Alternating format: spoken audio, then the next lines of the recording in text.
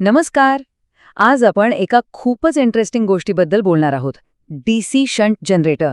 आणि त्यातही त्याची एक जादुई प्रोसेस, सेल्फ एक्सायटेशन. म्हणजे काय? तर बाहेरून कोणतीही वीज न देता जनरेटर स्वतःच व्होल्टेज कसं काय बनवतो? चला पाहूया. आता बघा, हा प्रश्नच किती विचित्र आहे. जनरेटर सुरू करायला वीज लागते, पण तो स्वतःच वीज बनवतो. मग सुरुवात कशी होते? हे तर असं झालं की गाडी सुरू करायला पेट्रोल पाहिजे, पण ते पेट्रोल गाडीच बनवणार आहे. मग गाडी पहिल्यांदा चालू कशी होणार? हाच तो इंजिनिअरिंगचा चमत्कार आहे, जो आज आपण उलगडणार आहोत.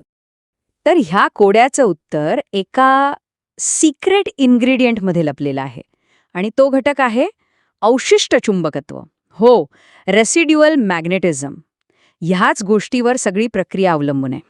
बरं, मग हे अवशिष्ट चुंबकत्व म्हणजे नक्की काय?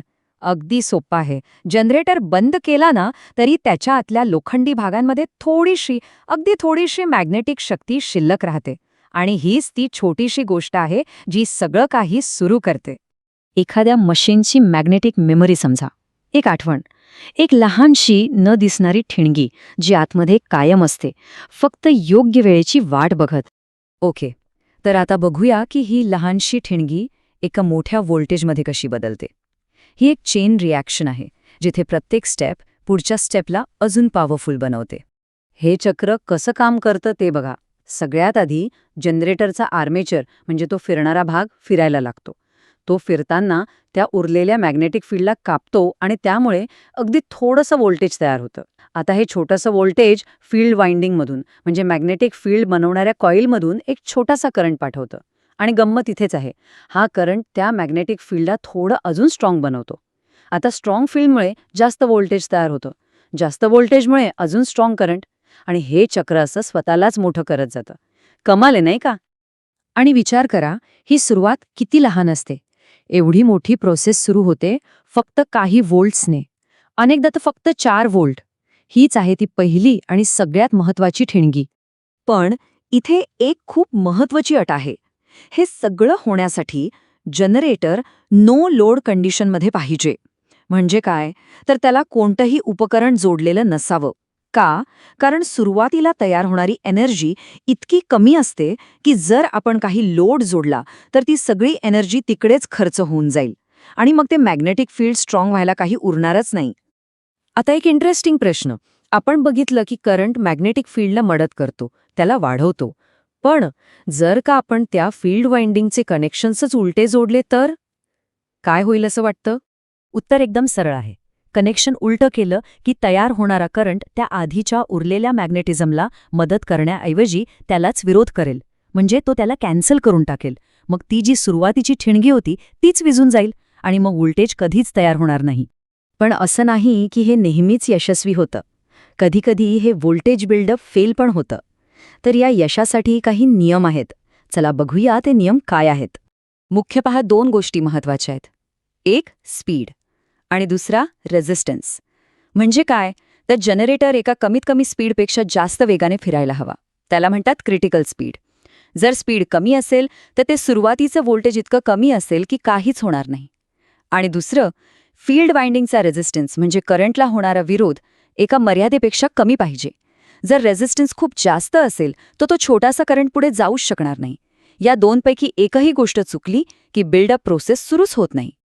आणि समजा ती मॅग्नेटिक मेमरी म्हणजे अवशिष्ट चुंबकत्व पूर्णपणे गेलंच असेल तर मग काय करायचं? त्यासाठी एक उपाय आहे, त्याला म्हणतात फील्ड फ्लॅशिंग. यात काय करतात तर थोड्या वेळासाठी बाहेरून एक डीसी सोर्स जोडून ते अवशिष्ट चुंबकत्व परत आणतात. जणू काही मशीनला तिची आठवण परत करून देण्यासारखं आहे. चला, आतापर्यंत आपण थिअरी बघितली. आता हेच सगळं प्रॅक्टिकली कसं दिसतंय ते पाहूया. म्हणजे एका ग्राफवर हे व्होल्टेज कसं वाढताना दिसतं, त्यालाच म्हणतात ओपन सर्किट कॅरेक्टरिस्टिक किंवा OCC कर्व्ह. या टेबलकडे बघा. जेव्हा फील्ड करंट 0 आहे तेव्हा फक्त रेसिड्युअल मॅग्नेटिझममुळे 4 व्होल्ट मिळत आहेत. पण बघा, जसा करंट फक्त 0.4 अँपियर झाला, व्होल्टेज थेट 110 व्होल्टवर उडी मारतं आणि 0.8 अँपियरवर ते आपल्या रेटेड व्होल्टेज म्हणजे 220 व्होल्टपर्यंत पोहोचतं.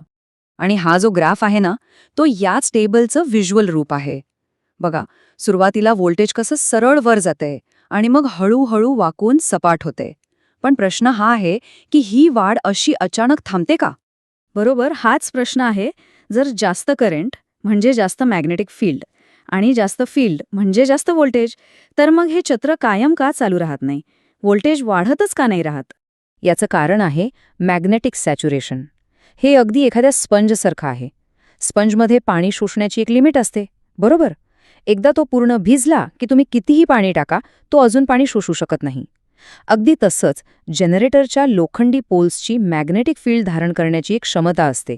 ती क्षमता पूर्ण झाली की तुम्ही कितीही करंट वाढवा, मॅग्नेटिक फील्ड त्यापुढे वाढत नाही. आणि म्हणूनच व्होल्टेज पण वाढत नाही. आणि ग्राफवर हा जो पॉइंट आहे, जिथे तो सरळ वाढणारा भाग वाकतो आणि सपाट व्हायला लागतो, त्यालाच नी पॉइंट म्हणतात. हाच तो पॉइंट आहे जो आपल्याला सांगतो की आता मॅग्नेटिक सॅच्युरेशनची सुरुवात झाली आहे. तर मग थोडक्यात काय शिकलो आपण आज? 1.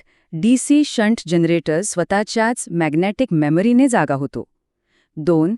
एक सेल्फ बूस्टिंग सायकल व्होल्टेज तयार करते. 3. या सगळ्यासाठी योग्य स्पीड, रेझिस्टन्स आणि कनेक्शन लागतात. आणि 4.